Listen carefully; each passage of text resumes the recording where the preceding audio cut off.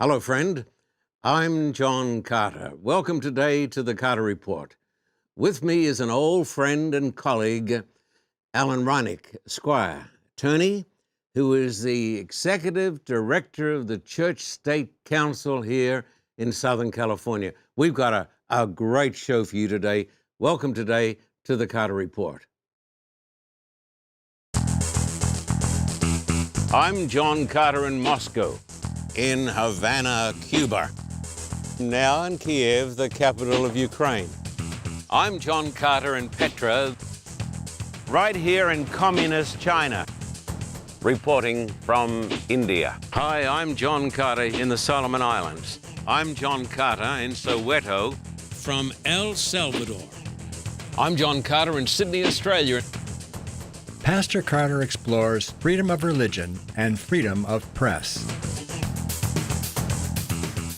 We're talking today about freedom and the American dream. Is it being challenged? Are our liberties at threat? Alan, we're delighted to have you with us today. Always a pleasure, John. It's been a privilege over the years to work with you, and we're glad that you're here today. Have you heard of a great American company called Chick-fil-A? I have. It's my pet's favorite for treats. My beloved Shar-Pei Lucas. Say the name again. Lucas? But you said something else. Oh, it's a Shar-Pei. It's a Chinese breed. Oh, it's a Chinese breed, and it likes Chick-fil-A. He loves Chick-fil-A, yes. Now, Chick-fil-A is a Christian company, I'm told. It is. They don't open on Sundays. They believe in keeping their Sabbath. Correct. And they're having trouble in Texas, of all places. In San Antonio. Yeah. Imagine that. Bastion, Texas is a conservative, Christian bastion of sort freedom. of place. Yeah. Christian values. Yeah. And Chick-fil-A's been kicked out of the San Antonio airport. Why? Well, because of their beliefs about the president's outspoken beliefs about marriage. Because the owner of Chick-fil-A is a conservative Christian. He is. And he's got rights to ideas? Well, the interesting thing about this story is it'd be one thing if they were actually discriminating against gay people in violation of the law. That's not the allegation. What it really amounts to viewpoint discrimination. They're saying, we don't want you in the airport because we don't like your viewpoint. Which is quite un-American.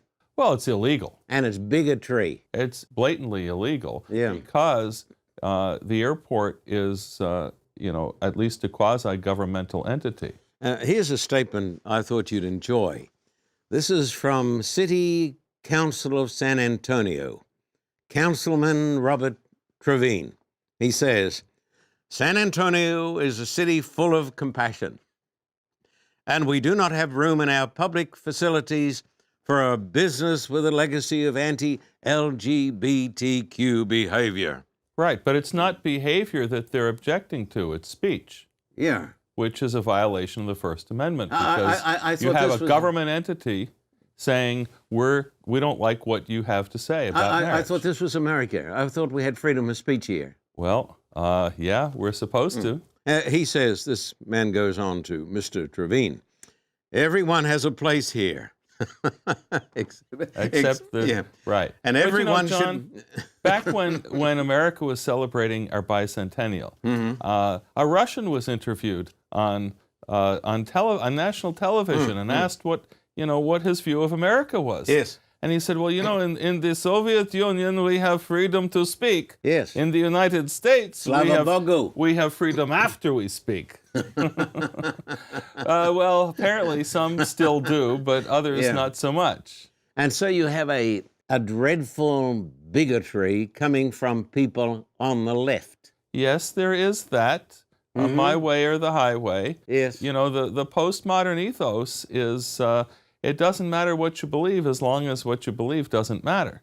If you're a Christian, if you're a person of any religious faith and you believe that your faith, your religion is the absolute truth, well, that's not acceptable. And so this is quite amazing because I've lived in Texas and I love the great state of Texas. Texas is supposed to be the land of freedom and churches and religion, and here is a poor man and with his company, and they're kicked out of this Texas facility because this man believes in God and believes in marriage. Well, in some sense, John, the election of Donald Trump as president is a reaction to this kind of foolishness and this from the bigotry. left. The concern about the intolerance of the left and some of the advances. We forget now that in 2016, the big ticket front page news item consistently was about transgender bathroom issues. Can you believe it? And objection to North Carolina's, opposition to something like this. And, whatever your view is, clearly many Americans were very upset about the direction that the left was taking us. And I was too. Trump was the result. So whether you like it or don't, I think that's the reality. Please define for me, attorney, religious liberty. What is religious liberty?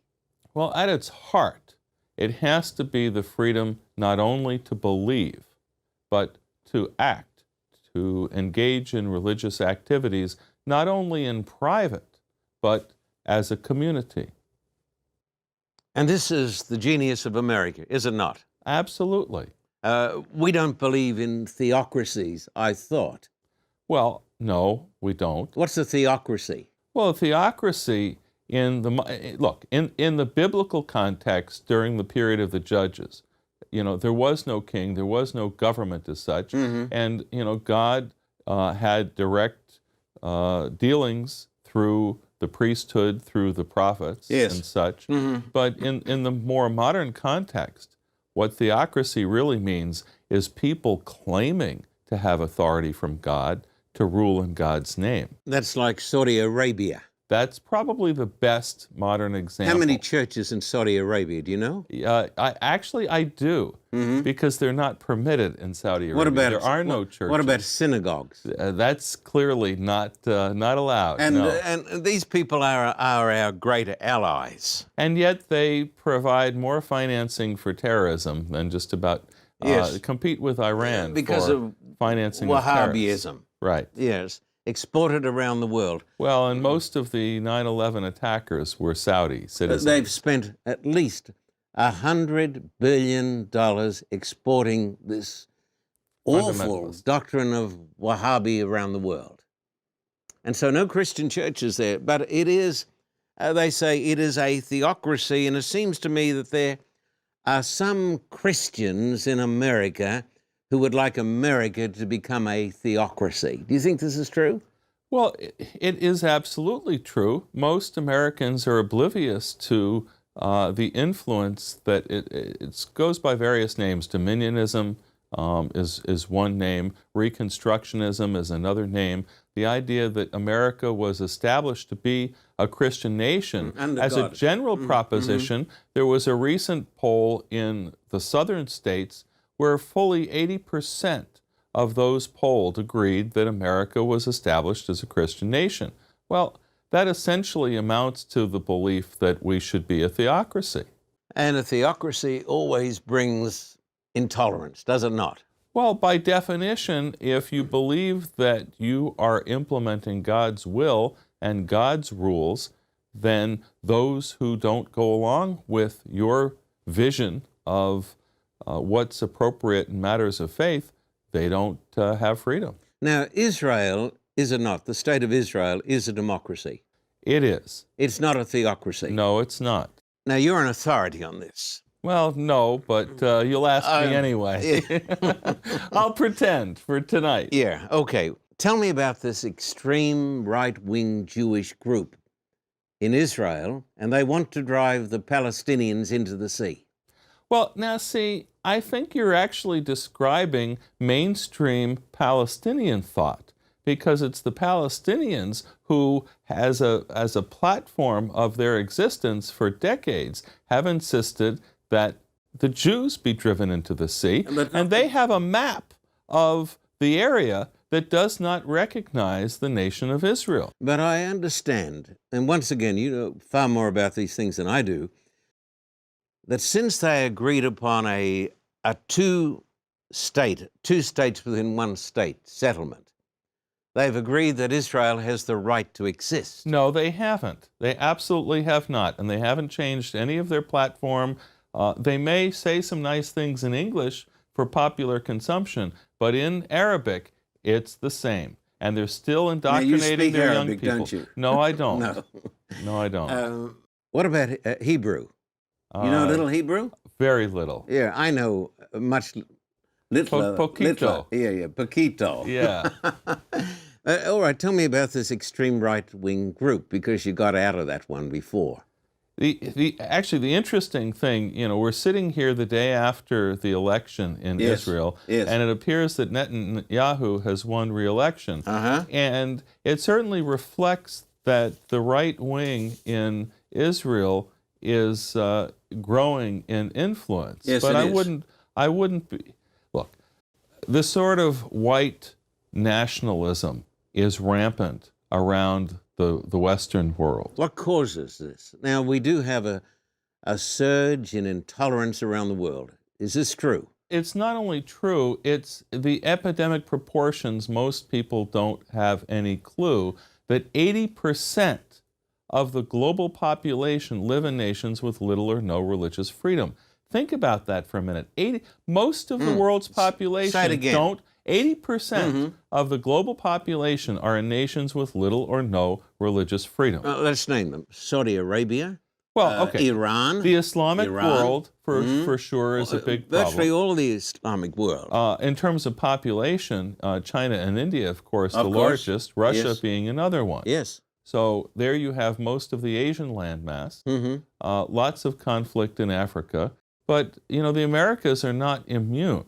What's behind this global resurgence of bigotry and intolerance? Well, outside of the West, in the West, secularism and the intolerance of the left, I think, is the dominant concern, although there is certainly a growing amount of right-wing intolerance as well. But around the rest of the world, the two main factors are either nationalism or religious fundamentalism. So, for example, in India, it's Hindu fundamentalists who are destroying churches and killing pastors. And now, most Americans are not aware of this. Well, we have these two oceans that insulate us from reality. But in India, Christians are being put to death. They are. By Hindu fundamentalists. True. And then, of course, in virtually all of the Muslim countries, there's no freedom of religion. That is true. And so America has been a bastion of freedom of religion and freedom of speech. And hopefully a champion of the same in our foreign policy, at least at times we have. But how's America doing today as the great champion of freedom of speech and freedom of religion? We're not. The short answer is we're not. Is that not going, my friend, just a tiny bit too far? No, it's not. We had a very interesting meeting earlier, let's see, where are we? Last year, where the State Department assembled dignitaries from around the world to emphasize religious freedom. It was basically a show, okay? Because in our foreign policy is America first, and we're destabilizing our relationship with our allies and cozying up to dictators. So what does that say to the world? China, for example, has, since Trump is elected, engaged in, and this is not for the consumption of children, by the way, harvesting of organs of religious dissidents. In other words, killing religious dissidents who are predominantly Muslim or Christian of some sort, or Falun Gong, and then using their organs for medical purposes. China is actually doing this. There is considerable evidence. The United Nations is very concerned about this. We're in negotiations with China over trade issues, but not over human rights issues. Is this not a betrayal of the American dream? That America is the champion of freedom around the world? Look, we have a mixed track record, to be sure, in how we have advocated for human rights in our foreign policy. But I think it's more absent today than it has been. And yes, ideally, the United States needs to make human rights and religious freedom main issues in foreign policy. Are not the Chinese persecuting Muslims? It's a group of Muslims. Well, the Uyghur in the West, Yes. there's a whole area where literally something like 1 million Muslims are subjected to what amounts to almost detention camp-like facilities Yes, yes. in terms of re-education A bit like and Russia monitoring. used to be. You know, China has perfected the use of cameras and facial recognition. So, yeah, it's very oppressive for the Uyghur Muslim community there. And it's not only China, but if you go to Russia, now I've been to Russia many times, 49 times. I like to tell people 49 times. Jehovah's Witnesses Correct. are persecuted in Russia. They are. And I don't hear us saying a word about it. You know about the persecution of Jehovah's Witnesses. President Trump seems to be very enamored with Putin. But he's trying, I think, to make peace. He thinks it's better for us to be at peace with the Russians than to be fighting the Russians. And this is true. Well, I'm not going to pretend to know what President Trump thinks about Putin or anybody else. But clearly we have done very little in opposing the persecution of the Jehovah's Witnesses. I don't think we've done It's anything. illegal. It's illegal now to be a Jehovah's Witness in Russia. Yes, it is. Yes, it is. It's complete persecution, just like the Jews were persecuted in Germany. Well, it's not just like, because they're not rounding them up and putting them in gas chambers. Not yet. Not yet. Well, Yes. hopefully it But won't come to that. it is still terrible discrimination and persecution. Of course it is. And they are being put in prison. They are. Yes. And then you've got, of course, North Korea. And I'm not, we don't get into politics on this program. I'm an independent person, and I think you are too. But in North Korea, we have a dreadful regime, but I think it's a good thing that the president has tried to make peace with North Korea. It's better to have peace than nuclear war, is it not? Yes, it certainly is. And, the jury is still out on whether It's going to work. Whether this approach to North Korea will be productive. Of course, we all hope for a reduction in tensions Of course. with countries like Yes. North Korea. Yes. I think Churchill said that jaw was better than war. You know that saying? I think it was Churchill. Okay, well, Yeah. but Churchill was one who was fit to be tied over the appeasement policies that England pursued towards Germany in the 1930s. And of course, when literally all hell broke loose with the German Blitzkrieg, it was Churchill who was called on to lead the nation in opposing Hitler. Well, there was a reason for this. England had gone through the First World War. Sure. And they'd lost 1 million young men on the trenches in Flanders and other parts of Europe. And they said, never, never again. And 20 years later, there's another big war. Right. And so Churchill was the only voice in England during that time, during the 1930s, when he was almost sentenced to Siberia for his outspoken views. Yeah. He was saying, this man is a bad man. Right. We're going to have trouble. But the House of Commons shouted him down. And he became a great proponent of freedom, and also a proponent of giving Israel, the Jewish people, the land of Israel. So you have Israel, the one democracy in the Middle East, surrounded by hundreds of millions of hostile neighbors. I see your point, but it's good for us to discuss these things. Muslim countries do not allow Christians to build churches.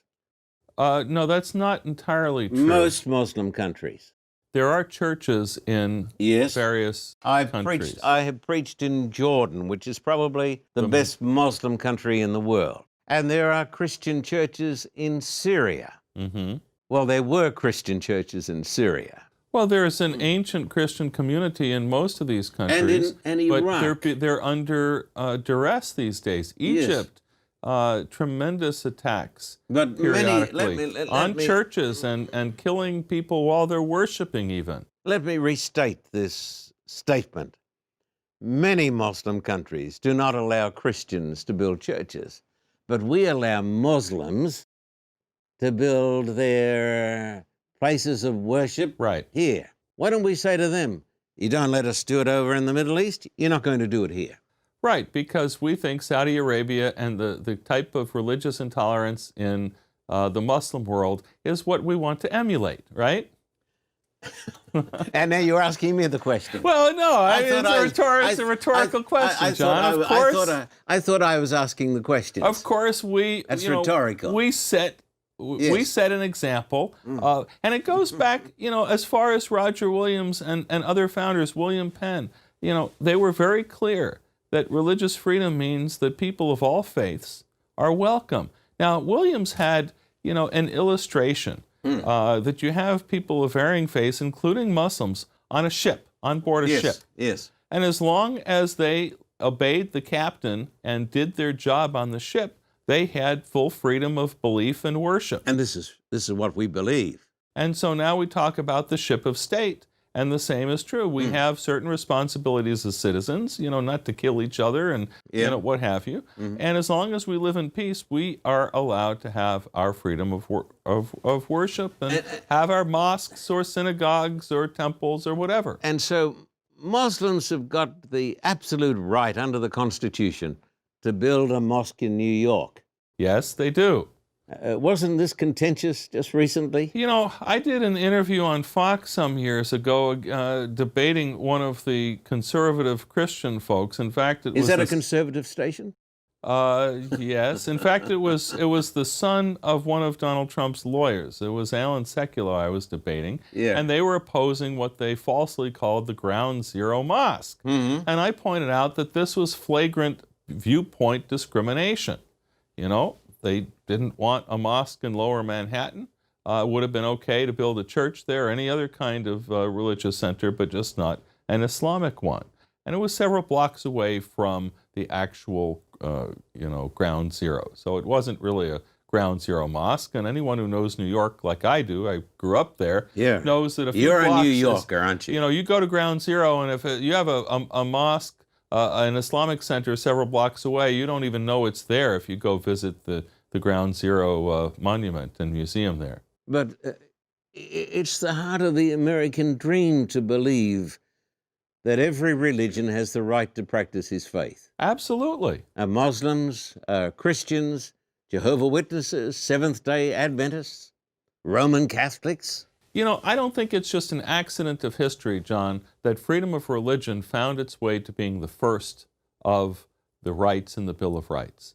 I think it's more than just symbolic, that really it is our first freedom. And historians and commentators for over the course of our history as a country have referred to religious freedom as our nation's first freedom. What would a theocracy look like in America? If we ever got a theocracy, what would it look like? Well, I think it would look like a form of Christianity being enforced by law, and those who don't go along with it are punished.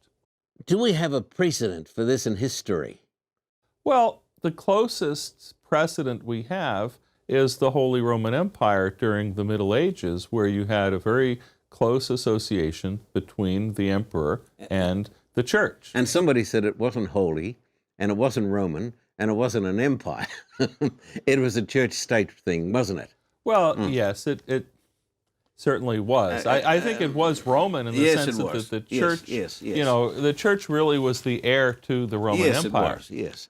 The Roman Catholic Church was built on the Roman Empire, and the Pope took the title of the Roman Emperor, Pontifex Maximus. Can I read you a text out of the Bible? Please. And then tell me what this means, because I know that you're an authority also on Bible prophecy. Revelation 17. That one of the seven angels who had the seven bowls came and talked with me, saying to me, "Come, I will show you the judgment of the great harlot who sits on many waters." So here's a harlot. Now, as you know, in Bible prophecy, a woman represents the church. Come down a little further, it says, "With whom the kings of the earth committed fornication, and the inhabitants of the earth were made drunk with the wine of her fornication." So he sees a woman sitting on a scarlet beast that was full of names of blasphemy. The woman was arrayed in purple and scarlet. What is this a symbol of? Well, it's a symbol of a church-state union, really, because you have a woman representing a corrupt form of Christianity dressed in the royal garb of, the... And what's the beast in Revelation here? Well, the beasts always represent nation. So it's the state. Right. So here you've got you a have union. The woman is pictured on top, riding, so holding the reins, so to speak. Yeah. So prophetically, what you see is a return to something like, well, Revelation 13 uses the expression an image of the beast. So in other words, it is like the church-state arrangements of the Middle Ages. And theologians for years have said this is the heart and the essence of Antichrist, a theocracy. So we're going to be back in a moment, and we're going to ask the question of our great attorney here, what would a theocracy look like in the United States of America today? We'll be back in a moment. Don't go away.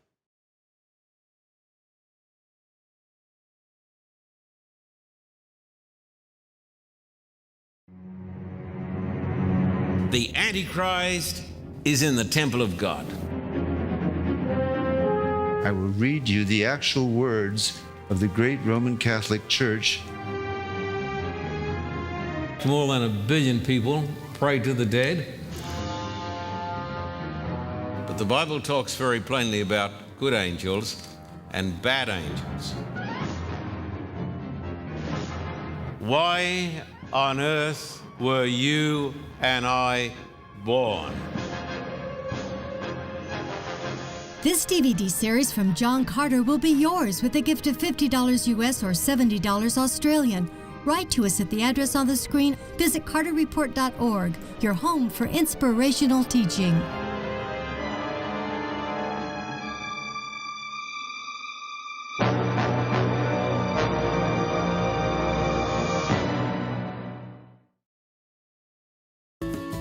Greater Manila is more than 20 million souls. Almost all these beautiful people are ignorant of the true gospel of Christ. Manila needs Jesus. 35 years ago, John Carter came to Manila. Pastor Carter is returning to Manila with an urgent assignment: preach the gospel of Christ and the great truths of the Bible. Don't water down the message. Make it plain, make it clear, make it Christ-centered. The Carter Report needs your help now to light a fire in the Philippines. Your gift will help open the doors of bondage, smash the chains of sin, and open the gates of paradise to thousands of lost souls. The churches have sent out an urgent plea for the Carter Report to return. Help us proclaim the true gospel of Christ to the beautiful Filipino people. Please send your support to the address on the screen, visit our website, or call the Carter Report.